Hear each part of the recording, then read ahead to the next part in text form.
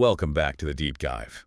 We are incredibly excited to have you with us today because we are about to embark on a journey that is, quite frankly, going to leave you feeling a little bit colder, A lot colder, I'd say. a little bit grimier, and a whole lot more suspicious of anyone offering you a glass of wine. That is a very, very fair warning. Today, we are not just analyzing a book. We are stepping into a time machine.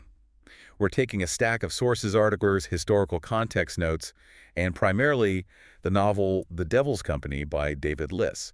And we're going to reconstruct a very specific moment in history. And we really want you to feel this. Yes. I want you to close your eyes for a second. Forget the London, forget the London Eye, forget the Shard, forget the red double-decker buses. We need to go back, way back. We're heading to November 1722. November 1722. And the first thing we need to talk about isn't what you see, but what you breathe. Because the sources describe the air of London in this period as something almost physical. It's tangible. It's not just air. It's a soup. A soup. That's a great way to put it. It really was. This is the era of the big smoke. And while that term gets popularized a bit later, the reality was already there. Every single house, every business is burning coal. And it's November, so everyone is burning coal. Constantly. And with the temperature dropping, that smoke doesn't rise. It just hangs in the air, it settles, it mixes with the fog coming off the River Thames, and it creates this choking, acrid smog. The descriptions are just brutal. It coats your throat, it stings your eyes. It turns the midday sun into this dim, sort of copper coin just hanging in the sky. You never really feel like you're getting a full breath of clean air. And it's cold. The sources all emphasize this is a bitterly cold winter. Unusually so. The Thames is on the verge of freezing over, which was a major event back then. So you have this backdrop of a frozen, darkened, choking city. And within this city, you have these jarring, almost violent contrasts. That is absolutely the key to understanding this world. It's a binary world. What do you mean by binary? I mean, there's no middle ground. You have extreme, unimaginable opulence. Velvet curtains, roaring fireplaces, crystal glassware right next to, and I mean literally next door to, Right. Crushing, desperate poverty. People freezing to death on the doorsteps of mansions. Exactly. It's a visceral, dangerous, and deeply unequal place. And navigating this frozen, treacherous landscape is our protagonist, Benjamin Weaver. Now, if you are new to Benjamin Weaver, you are in for a treat because he is one of the most interesting protagonists in historical fiction. He really is. He's a fascinating character. He defies every box you try to put him in. Let's start with his job title. Hey. He is a thief-taker. Now, to a modern ear, that sounds, well, it sounds a bit like a vigilante, doesn't it? It's not far off, really. You have to remember, in 1722 London, there is no police force. Not at all. Nothing like we'd recognize. There's no Scotland Yard, no guys in blue uniforms you can flag down if someone snatches your purse. Policing was essentially a private enterprise. If you get robbed. You're on your own. If someone owed you money and skipped town, the government wasn't going to help you. You had to hire a private agent, a thief-taker, to get your property back or to drag the criminal before a magistrate. So it's part private investigator, Right. part bounty hunter, Yep. and part leg breaker. Precisely. It's a profession that requires a very specific and sometimes contradictory set of skills. You need to know the underworld inside and out. You need to be able to navigate the rookeries and the thieves' dens. But you also can't be a complete criminal yourself. Well, you have to understand the law because you are operating within this weird legal gray area. You're enforcing the law, but you're not an officer of it. And Weaver is uniquely qualified for this because of his background. He's not just some tough guy from the streets. Oh, and that's what makes him so complex. He's actually from a wealthy family, a prominent Portuguese Jewish family. Right, the Lienzo family. Yeah, but he is estranged from them. He's changed his name from Lienzo to Weaver, which is an Anglicization. So he's an outsider in multiple ways. He's an outsider to the English, because he's Jewish, and he's become something of an outsider to his own Jewish community because of his profession and his, let's say, his lifestyle. He doesn't quite fit in anywhere. Nowhere. And let's not forget his other career. The boxing. He's a former pugilist, a bare-knuckle boxer. The Lion of Judah. As he was known in the ring. And this is crucial because it means he is physically formidable. In a world where gentlemen carry swords and settle disputes with duels, Weaver often relies on his fists. He brings a raw physicality to his work that commands respect and a lot of fear.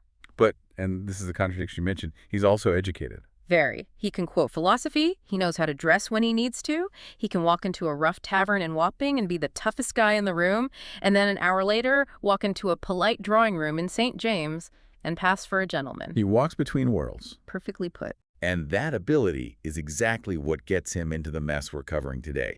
Because this deep dive isn't just a biography of Weaver. We are looking at a specific case study from the Devil's Company. It's a story about a con. A setup. A sting operation, essentially. A very, very elaborate one. A sting operation that Weaver is hired to pull off. And, spoiler alert, it goes wrong. How spectacularly wrong. But the way it goes wrong, the mechanics of the failure, tells us everything we need to know about the corruption, the legal system, and the sheer peril of life in the 18th century. It's a masterclass in deception. So let's set the scene. Section 1. The setup. Weaver receives a summons. She is invited to a fine house on Swallow Street to meet a potential client. Now, Swallow Street itself is significant. This isn't a back alley meeting in a dodgy pub. No, this is the respectable part of town. It represents polite society. The streets are paved, or at least cleaner. The houses are well appointed. It's the world that Weaver, in a sense, left behind when he became a thief-taker. And he's meeting a man named Mr. Jerome Cobb. I want to spend a moment on Cobb because on the surface, he seems lovely. He does.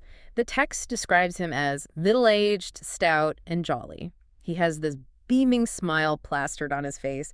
He welcomes Weaver in like an old friend he hasn't seen in years. He immediately offers him a drink. And not just any drink. He offers him claret good French red wine in a crystal goblet.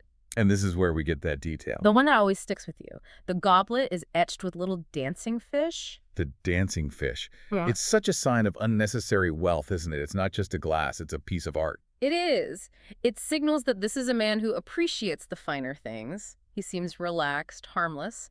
But Weaver, being a detective, has this great internal monologue where he notes that jolly men are often the most dangerous. Why that? Because the smile can be a mask. It can hide a total lack of conscience. A man who is angry, you know where you stand. A man who is smiling while he plots your ruin. That's terrifying. And in this case, Cobb plays the victim perfectly. He tells Weaver a story. He says, I was cheated. Right. He claims he was playing a card game called Cacho with a man named Robert Baylor, and he says Baylor cheated him out of a significant sum of money. So Cobb is furious, but he's a gentleman. Or so he claims. So he can't just go and beat Baylor up in the street. And apparently Baylor refuses to duel with swords, which is the other gentlemanly way of settling things. So Cobb is stuck. He wants revenge, but he needs someone else to execute it. He wants to hit Baylor where it hurts the most. Yeah. His ego and his wallet. Exactly. He doesn't just want his money back. He wants Baylor publicly humiliated. He wants to beat him at his own game in front of all his peers. So he proposes a plan.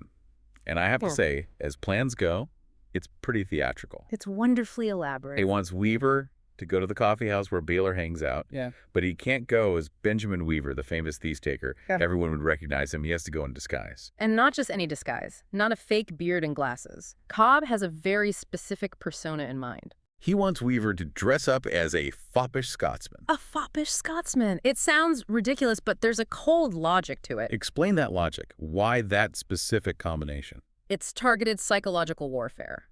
Cobb explains that Robert Baylor has two irrational, deep-seated hatreds.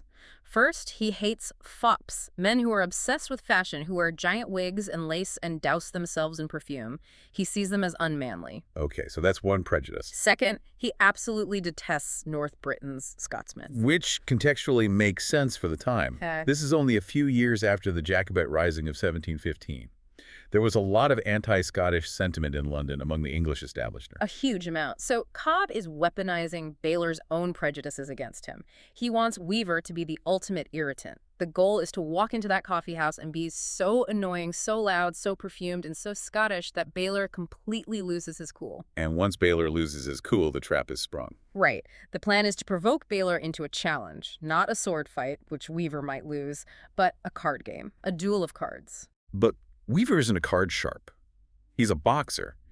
How is he supposed to guarantee a win against a man who is supposedly a cheat? That's the beauty of the plan, or so Cobb says. Cobb tells him, don't worry about the cards, the fix is in. Cobb has already bribed the dealer at the coffee house. The dealer is on his payroll. So Weaver just has to be an actor. Yes. His only job is to play the part of the annoying Scotsman. When it comes to the cards, he just needs to give a secret signal, a finger on the table. If he wants to lose a hand to bait Baylor, he signals. If he wants to win the big pot, he signals. The dealer does the rest. It sounds foolproof. It sounds like the easiest £5 Weaver has ever earned. And that's the fee. £5. Which is a decent amount of money, maybe a month's wages for a laborer, but it's nothing, absolutely nothing, compared to the money Cobb puts on the table next. This is the moment where the story shifts gears. To pull off this con, Weaver needs a stake. He needs money to flash around and bet with. You can't just walk in and challenge a high roller with empty pockets. So Cobb opens his pocketbook and hands Weaver £1,200. Yeah. We have to pause and really let that number sink in. £1,200 in 1722. Give us some context. What does that buy you? It's life-changing wealth. It's almost an abstract number. A skilled artisan, a carpenter or a mason, might earn 40 or 50 pounds a year if they are very lucky. A household servant earns maybe 6 or 8 pounds. Weaver himself mentions that £80 is half a year's income for him, and he does pretty well for himself. So £1,200 is it's buy a country estate money. It's build a merchant ship money. It is an astronomical, almost unbelievable sum to just hand over to a stranger you just met. And that's what should be the giant flashing red light for Weaver. But Cobb is clever. He covers his tracks. He doesn't just hand it over. No, he calls in witnesses. And this is where we meet the supporting cast of villains. Cobb summons his nephew, Tobias Hammond, and his servant, Edgar. Let's talk about these two, because they are crucial to the whole affair. Tobias Hammond. The book describes him as having a turtle head. He's dour, serious, very bureaucratic. He's the complete opposite of jolly Uncle Cobb. And we find out later he works for the customs house, which is a massive red flag we'll get to. He's the institutional power. And then there's Edgar, the servant. Edgar is deeply disturbing. There's a scene early in the book, before Weaver even enters Cobb's house, where he encounters Edgar on the street. I remember this. It's chilling. Edgar's being teased by some street urchins, poor, starving kids with no shoes in the freezing cold. And Edgar grabs one of them. He doesn't just yell at him or shoo him away. No. He lifts the child off the ground by his throat. He is strangling this boy. And it's not a scare tactic to teach him a lesson.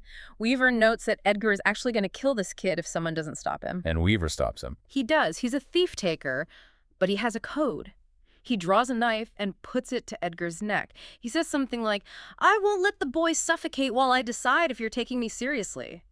It's a moment that defines Weaver's morality. He'll cheat at cards for a client, but he will not tolerate cruelty to children. And Edgar, from that moment on, hates him. He loathes him with a passion. He looks at him with this pure venom and calls him Weaver the Jew. There is this visceral, racist hatred coming from Edgar from the very beginning. So back to the room. The scene is set. Cobb is there smiling. Hammond the turtle is watching. And Edgar the servant is glaring. And in front of these two witnesses, Cobb hands Weaver the £1,200 in banknotes, and he makes Weaver verbally promise to return the money after the job is done. And Weaver agrees. To Weaver, this seems like a standard precaution. Of course, a rich man would want witnesses when he's handing out a fortune. He's just protecting his investment. But from a legal standpoint, what just happened is a trap. It's the snap of the bear trap. Cobb has just created a binding verbal contract, witnessed by two people. Weaver has acknowledged receipt of a fortune and has promised to return it. If he fails to return it for any reason, he is legally a debtor. And in 1722, being a debtor is very, very dangerous. The most dangerous thing you can be, besides a murderer. But Weaver is confident. He thinks the fix is in for him. He takes the money, he takes the job, and he heads to the location of the sting, Kingsley's coffee house. Section 2. The Sting. Now, we need to talk about coffee houses in the 18th century. They weren't just places to get a caffeine fix. No, they were the internet of the day. They were social media. That's a great analogy. They were where business happened, where news was spread, where stocks were traded, and most importantly for our story, where a lot of gambling happened. And Kingsley's is a particularly high-end one. It's described as a temple of fortune. It's located in the fashionable part of town near St. James. And the sensory details Liss provides are just overwhelming. It's hot. Unbearably hot. You have big roaring fires to combat the November cold, and chandeliers with hundreds of candles, all giving off heat. And the room is packed with bodies. Men in heavy wool coats, velvet, enormous wigs. And the smell. The smell must have been incredible. A combination of sweat, spilled wine, tobacco smoke, and the heavy, musky scent of civet perfume, which was very popular at the time. So it's a full-on sensory assault. And into this chaotic, hot, loud, and smelly room struts Benjamin Weaver. But he's not Weaver. He is the Laird of Kyleakin. I love the description of his outfit. It's absolutely ludicrous. It's fantastic. An emerald and gold coat that is embroidered within an inch of its life, a waistcoat with brass buttons the size of saucers, velvet breeches, and a wig. Oh, the wig. A wig that is so large and wiry and fashionable that it probably has its own weather system. He looks like a peacock that exploded. And he acts like one. He adopts this ridiculously exaggerated Scottish accent. He's shouting, "Book!" and "Kenny" and "Lassie" at the top of his lungs. He's taking snuff from an ivory box with a great theatrical flourish. He is deliberately being the most obnoxious person in the room. And it works. He spots his target, Robert Baylor. Baylor is sitting at a table looking miserable. He has red-rimmed eyes, the classic sign of a gambler on a losing streak. He looks tired and angry, and Weaver just descends on him. He doesn't ease into it. No, he goes right for the throat. He starts making rude comments. He stares at the woman sitting with Baylor, a high-class prostitute, and basically asks Baylor if he can borrow her, since Baylor clearly isn't up to the task of entertaining her. Oh, wow. That's incredibly bold. It's designed to enrage, and it does. Baylor calls him a Sawney, which is a deeply derogatory slur for a Scot. He tells him to get lost. Weaver refuses. He keeps poking and prodding. Until Baylor snaps. Baylor snaps. He challenges Weaver. And crucially, he says something like, "Since you are a man of fortune, let us see how your fortune holds at the table." He challenges him to cards, not swords. Exactly as Cobb predicted. The trap is baited. Weaver sits down. The dealer is there. A squat man with a birthmark on his face, just as Cobb described. Weaver catches the dealer's eye. The dealer gives a barely perceptible nod. The fix, Weaver believes, is on. So, Section 3. The game begins. The game of cacho. We should explain this game briefly because the mechanics do matter to the plot. It's a very simple game, which makes it perfect for gambling because it's fast and the money moves quickly. You use a stripped deck, only the ace through the 6 of each suit, so low cards only. And each player gets 3 cards. 3 cards each. The hand rankings are also simple. Ace is low, 6 is high. The absolute best hand you can possibly get is 3 sixes. That's unbeatable. Like a royal flush. In this context, yes. The second best hand is a cacho, which is 3 cards of the same suit, like a flush in poker. If nobody has that, it goes down to pairs or just high card. So it's almost entirely a game of luck. Unless the dealer is stacking the deck. Right, so Weaver begins phase 1 of the con, the loose. He needs to make Baylor feel confident to get him to bet big. So on the first few hands, Weaver puts his finger on the table, the signal for "make me lose." The dealer deals, Weaver gets garbage. A 3, a 2, an ace of different suits, nothing. He loses. And he plays the part. Oh, perfectly. He grumbles loudly in his Scottish accent. He complains about his luck. He drinks more wine. He acts the part of the foolish, rich Scotsman who's easy to separate from his money. He loses about 160 pounds this way, which is a fortune, but he's playing with Cobb's cash, so he doesn't care. And Baylor is loving it. He's mocking Weaver. "Go back to your sheep, Sonny." He's completely hooked. He sees Weaver as an easy mark. And then Weaver decides it's time for the kill. This is the moment. He slams his hand on the table. He bets big. 300 pounds. A huge bet. The whole room goes quiet. Everyone turns to watch. That is a massive bet. Baylor looks at him, sneers, and matches it. Weaver raises again. Baylor matches again. The pot is now sitting at roughly 800 pounds. Weaver has committed almost the entire stake Cobb gave him. This is it, the big one. Weaver gives the signal, the win signal. He subtly adjusts his cuff. He's expecting the dealer to slip him 3 sixes. The unbeatable hand. The dealer deals. The first card slides across the table. A 6. Perfect. Weaver is already spending the winnings in his head. Second card. Another 6. Even better. A pair of 6s is a very strong hand. Ah. He's sure the third 6 is coming any second. Dealer slides the third and final card over. Weaver flips it. Right. The 2 of diamonds. Oh, what? A 2 of a different suit. It's a junk hand. A pair of 6s with a 2 kicker. It's not terrible, but it's absolutely not the unbeatable hand he was promised. It's very, very beatable. So Weaver just freezes. He describes a feeling of vertigo. The room tilts. He stares at the card. He thinks the dealer made a mistake. He fumbled the cards. He almost says something out loud. But he can't. He can't. If he says, "Hey, you were supposed to cheat for me," he exposes himself, the dealer, the entire plot. He is completely paralyzed. And Baylor, what does he do? Baylor doesn't hesitate. He slams down his cards with a triumphant crash, a cacho, a 6, a 5, and a 4 of spades, a flush. Which easily beats Weaver's pair. Easily. Yeah. And just like that, the money is gone. All of it. The 800 pounds in the pot, plus what he lost earlier. The entire 1,200-pound stake is effectively wiped out in a single hand. Weaver is just stunned. He's sitting there trying to process this. Did the dealer just have the worst screw-up in the history of card cheating? Was it a genuine accident? And this is where the knife twists. This is the moment the whole world flips upside down for him. Weaver stands up, maybe to leave, maybe to argue. He doesn't even know. And Robert Baylor stands up too. Yeah. He walks over to Weaver, and the look on his face is completely changed. The anger is gone. The gambler's fatigue is gone. He looks serene. Triumphant. And he whispers something. He leans in close to Weaver's ear, close enough that only he can hear, and says, "I believe, Mr. Weaver, that you have now felt the long reach of Jerome Cobb." Mr. Weaver. He uses his real name. That moment gives me chills every time I read it. It shatters the entire reality of the scene. The disguise. Useless. Baylor knew who he was the second he walked in the door. The Scottish accent. Just entertainment for them. The revenge plot against Baylor. A complete and utter lie. The target wasn't Baylor. The target was always Weaver. Exactly. The dealer was rigged, all right. But he was rigged to make Weaver lose. The money didn't disappear into the ether. It went from Weaver, who was holding it for Cobb, to Baylor, who was working for Cobb. So Cobb didn't lose a penny. Not a shilling. He just moved his money from his left pocket to his right pocket, using Weaver as the delivery boy. But in the process, he put Weaver on the hook for a debt of 1,200 pounds. A debt that is witnessed, documented, and legally binding. Weaver has been framed, but in a way that is completely legal on paper. He took the money, and he lost it. So, Section 4. The trap snaps shut. Weaver stumbles out of the coffee house. He's in shock. He's furious. But he knows he has to face Cobb. He goes back to Swallow Street. And the reception is very, very different this time. The Jolly mask is gone. It drops instantly the second he walks in the door. Weaver walks in, maybe hoping to bluff, maybe hoping to say the dealer betrayed us, we were double-crossed.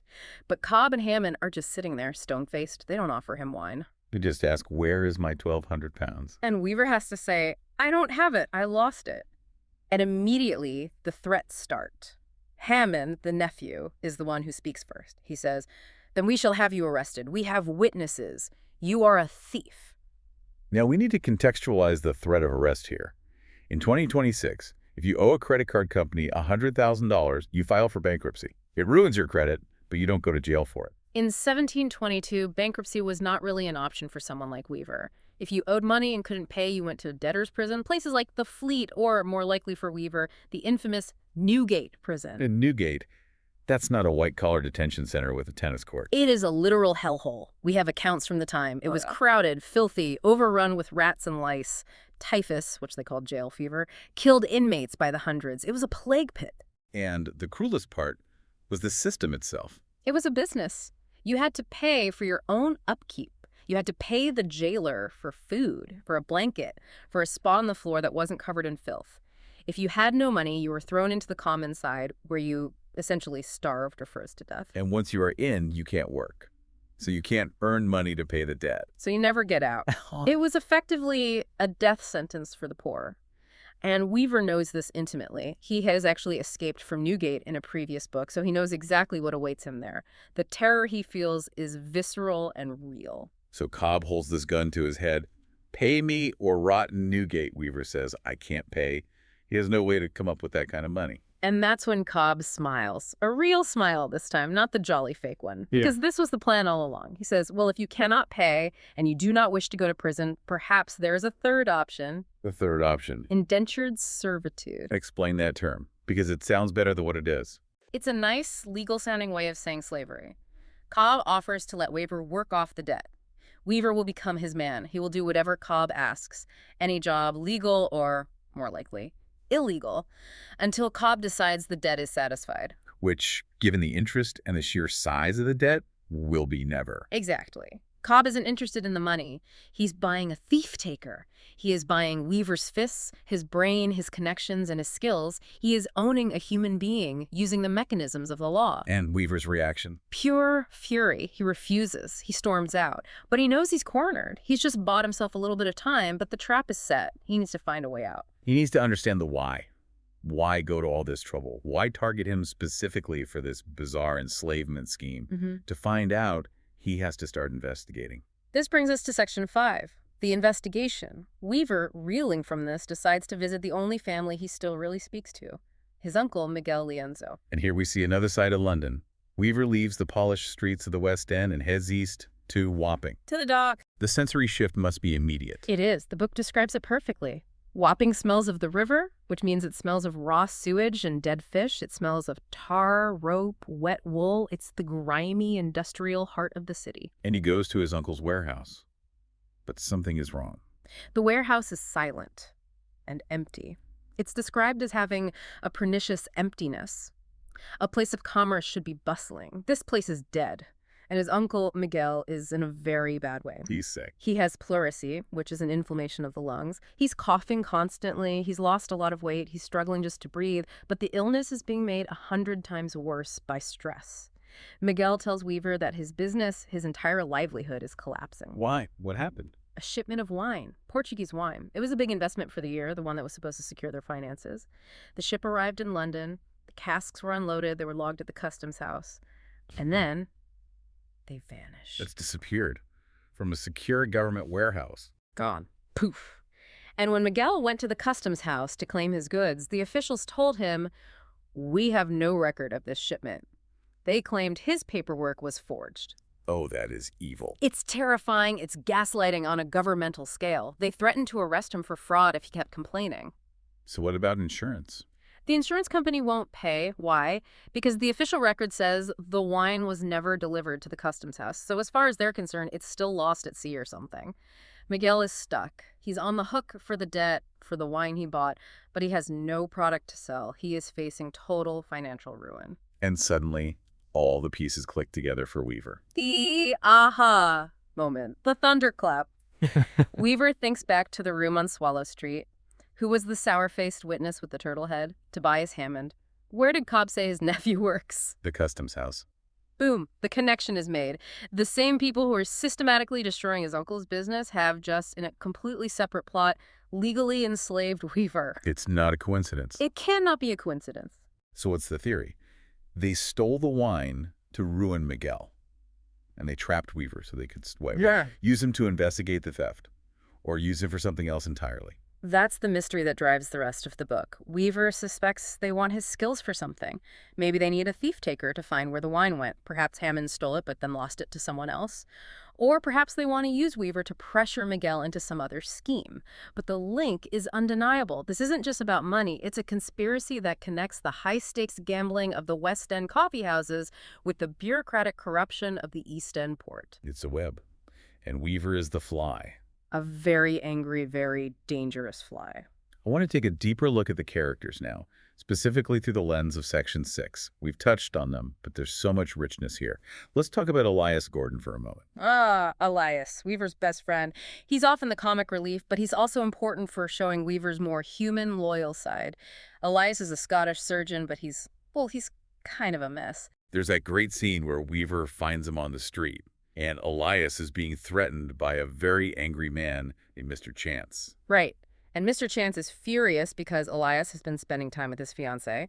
And Elias, trying to de-escalate the situation, says, "Sir, I assure you, our conversation was merely a chaste discussion of anatomy." Which is literally the worst possible thing to say to a jealous fiancé. The absolute worst. We were just talking about her body parts, I swear. It's hilarious, but it's also telling. Weaver has to step in and be the adult, talk the guy down, and prevent a duel. It shows that Weaver is the grounded one. He takes care of the people around him. He's intensely loyal. And then you contrast that with the villains. We talked about Cobb's jolly sociopathy. But Hammond represents something different and something more modern in a way. Hammond represents what Hannah Arendt would later call the banality of evil. He's a bureaucrat. He's not twirling a mustache and laughing maniacally. He's destroying lives with ledgers and regulations. He's the guy who says, "I'm just following the rules," while he systematically ruins you. He represents the corruption of the institution itself. Which brings us nicely to the major themes. Section 7. What is David Liss really telling us about 1722 with this story? I think the biggest, most central theme is the weaponization of the law. Go on. Usually in crime novels, the bad guys operate outside the law. They rob banks, they shoot people, they break the rules. In the Devil's Company, the villains use the law as their primary weapon. That's a great point. Cobb uses the law of contract to enslave Weaver. Hammond uses the official regulations of the customs house to steal the wine. They are operating entirely within the system. They are twisting it to their own ends. Which makes them almost untouchable. Exactly. You can shoot a robber. How do you shoot a lawsuit? How do you punch a government regulation? Weaver is a man of action, but he's fighting a paper enemy. It creates this incredible tension because his usual methods, violence and intimidation, are useless against a writ of debt. And that ties into the other major theme, which is the danger of debt itself. It's the monster in the closet for everyone in this world. In the modern world, debt is a number on a screen. It's stressful, but it's abstract.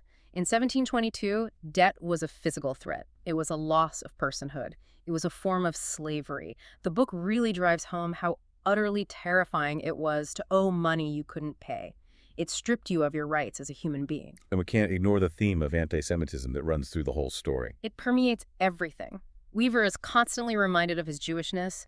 Edgar spits the slur, Weaver the Jew. His own uncle, Miguel, notes that as Jews, they can expect little justice from the English courts. It raises the stakes for them. Weaver isn't just fighting a corrupt official. He's fighting a system that is prejudiced against him from the very start. So he has to work twice as hard to get half as much justice. Precisely. And that outsider status is what makes him who he is. And finally, London as a character. We started with the smoke, and we should end with the smoke.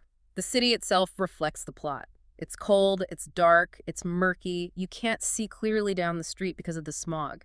And that's Weaver's situation. He's wandering through a moral fog, a conspiracy he can't see the edges of, trying to find the truth, while the city itself is trying to freeze him to death. So let's summarize the situation as we wrap up this deep dive. Weaver is in an impossible bind. He owes £1,200 to the very men who are destroying his uncle's life.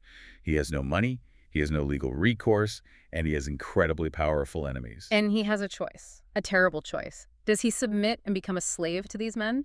Or does he find a way to fight back against a system that is completely and legally rigged against him? It's a high-stakes game of chess, and Weaver has just lost his queen. But he's still got his fists, and he's still got his brain, and as we've seen, Benjamin Weaver is not a man who goes down easy. That brings us to our final provocative thought for you, the listener. We like to think that we live in a world governed by the rule of law. We like to think the law protects us. But this story asks a very uncomfortable question. How free are you, really, if a signature on a piece of paper can strip you of your liberty? If the very institutions designed to protect you, like the courts or the customs office, can be weaponized by the rich and powerful to own you. It's a chilling thought. Weaver's nightmare, the fear of the system itself turning against you, is a very modern fear, isn't it? In a world of complex contracts and fine print, maybe it's more relevant than ever. I think it absolutely is. Thank you for joining us on this deep dive into the Devil's Company. It's a brutal, brilliant, and fascinating look at the dark side of the 18th century. Always a pleasure. We'll see you next time. Stay curious. And watch out for those dancing fish.